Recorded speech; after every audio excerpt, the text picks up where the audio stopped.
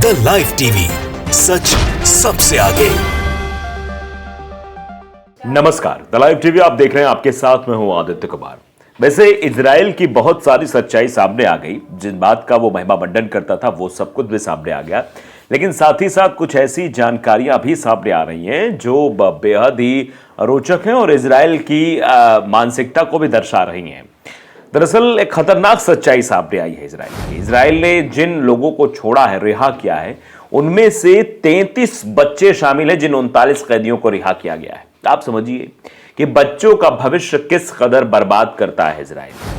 वैसे इजराइल ने 4,500 से ज्यादा बच्चों को मारा भी है। आप ये जानते हैं कि गाजा पट्टी में जिस तरीके से हमला हुआ, जिस तरीके से वहां बच्चों को मारा गया, इससे आप उसकी मेंटालिटी, उसकी मानसिकता का अंदाजा लगा सकते हो और देख भी रहे कि ऐसे समय में क्या कुछ हो रहा है। तो ये मिस्र आमेस ने कुछ तस्वीरें साझा की हैं और तस्वीरों के माध्यम से उन्होंने बाकायदे एक्स पर पोस्ट भी किया है। क्या कुछ पोस्ट किया है वो जरा आप देख लीजिए, आपकी स्क्रीन पर है कि इजराइल की खतरनाक सच्चाई सामने आ रही है।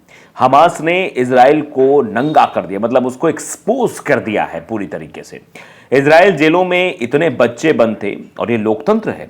जो लोकतंत्र की बात इजराइल के द्वारा की जाती है वो इजराइल भी ये समझे कि इतने बच्चे आपके यहां बंद थे। अमेरिका उस गुनाह में शामिल है। अमेरिका भी उतना ही जिम्मेदार है जितना इजराइल जिम्मेदार है, क्योंकि इजराइल के पीछे अगर कोई खड़ा है तो वो अमेरिका है और अमेरिका उसको मदद भी पहुंचा रहा है और अमेरिका इस मध्यस्थता में अपनी रणनीति भी बनाने की कोशिश कर रहा है।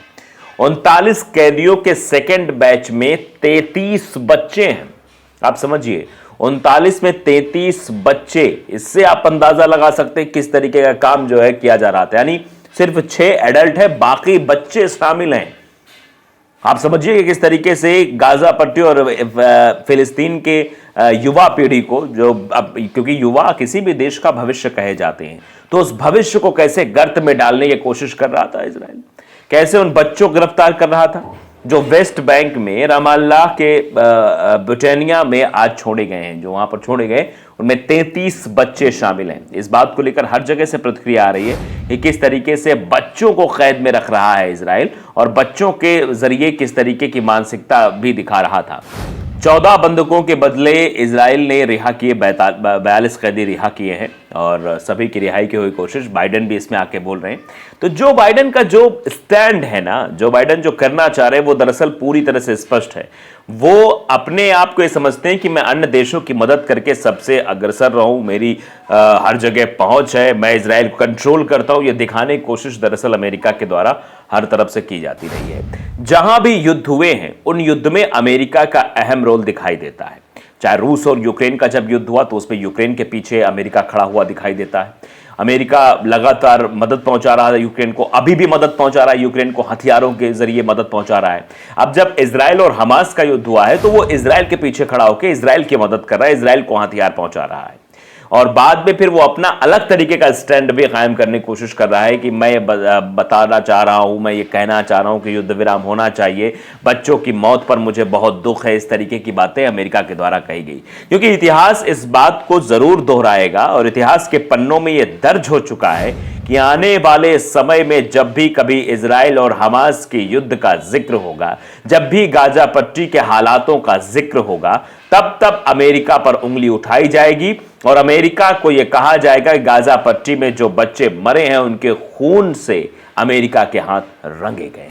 यानी अमेरिका के हाथ उस खून में सने हुए, क्योंकि अमेरिका की साजिश, अमेरिका के हथियार, अमेरिका का प्रोत्साहन और अमेरिका के द्वारा इजराइल का गाजा पट्टी पर हमला और गाजा पट्टी में हजारों बच्चों को मौत की नींद सुलाने के पीछे अमेरिका का ही हाथ था। ये इतिहास में भी ये बात दर्ज हो गई और यही बात शायद तुर्की के राष्ट्रपति रजब तैयब एर्दोआन ने भी उठाई कि इजराइल एक आतंकी मानसिकता वाला मुल्क है और ये हमेशा से ये चाहता है कि बच्चों का नरसंहार किया जाए। और आज जो रिपोर्ट हमारे सामने, आज जो खबर हमारे सामने, वो यही दर्शाती है कि बच्चों को किस तरीके से वो निशाना बना रहा है। बच्चों को ही कैद कर रखा था। यानी दूसरा जो बैच छोड़ा गया जिसमें 39 लोगों को छोड़ा गया है इजराइल की तरफ से, फिलिस्तीनी लोग जो थे, उसमें से 33 लोग सिर्फ बच्चे हैं। आप समझिए कि बच्चों को कैसे तबाह करने की कोशिश इजराइल के द्वारा थी। और अब आप देखिए कि 16,500 के आसपास मारे गए हैं लोग और कई 5,000 लोग गायब भी हैं वहां गाजा पट्टी में, और उनमें से 5 से 5,500 सिर्फ बच्चे शामिल हैं। इसी बात को लेकर पूरे विश्व में यह बात उठ रही है कि इजराइल कैसी मानसिकता का देश हो गया है जो बच्चों तक को नहीं छोड़ रहा है, जो अस्पतालों को निशाना बना रहा है, जो स्कूलों को निशाना बना रहा है, जो लोगों को मार रहा है। मानवता नाम की कहीं भी चीज उसके अंदर दिखाई नहीं दे रही है। गाजा पट्टी में 4 दिनों का यह युद्ध विराम हुआ है और दूसरे दिन शनिवार को हमास ने 14 बंधक रिहा किए। बदले में इजराइल ने 42 कैदियों को अपनी जेलों से रिहा कर उन्हें फिलिस्तीन इलाके में जाने की अनुमति दे दी है। हमास बंधक बनाए गए 50 महिलाओं और बच्चों को रिहा करेगा। बदले में इजराइल सरकार विभिन्न आपराधिक मामलों में जेल में बंद 150 कैदियों को रिहा करेगा।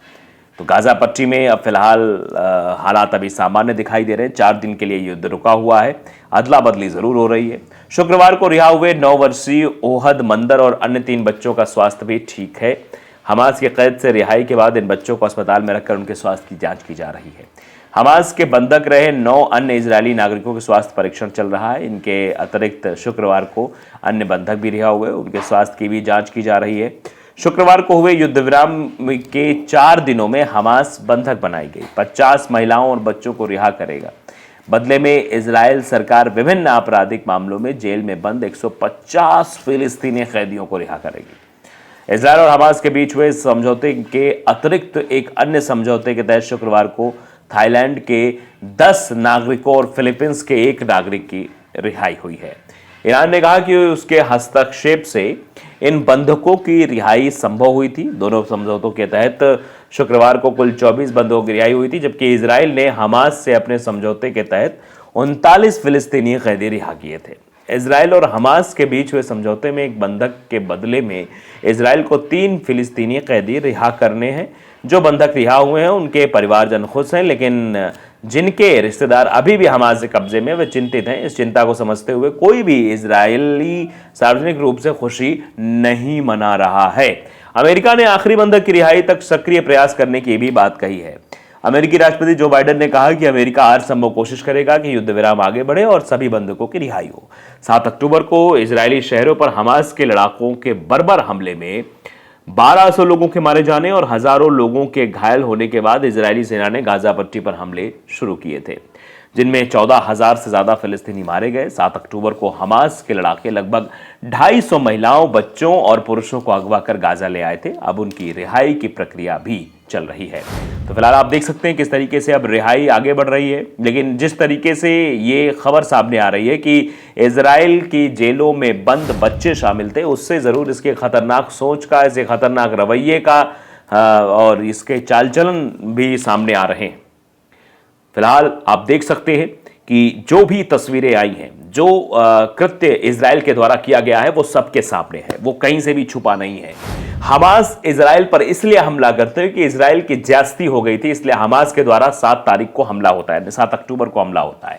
उसके बाद से लेकर जिस तरीके से बमबारी की जाती है इजराइल के द्वारा गाजा पट्टी पर, वह दर्शाता है कि इजराइल सिर्फ यह सोच रहा था कैसे भी करके गाजा पट्टी पर फिर से कब्जा पाना है, गाजा पट्टी को तबाह कर देना है, मासूमों को मारना है। वो इसी मानसिकता के तहत लगातार काम करता रहा।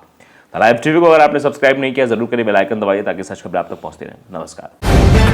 द लाइव टीवी, सच सबसे आगे।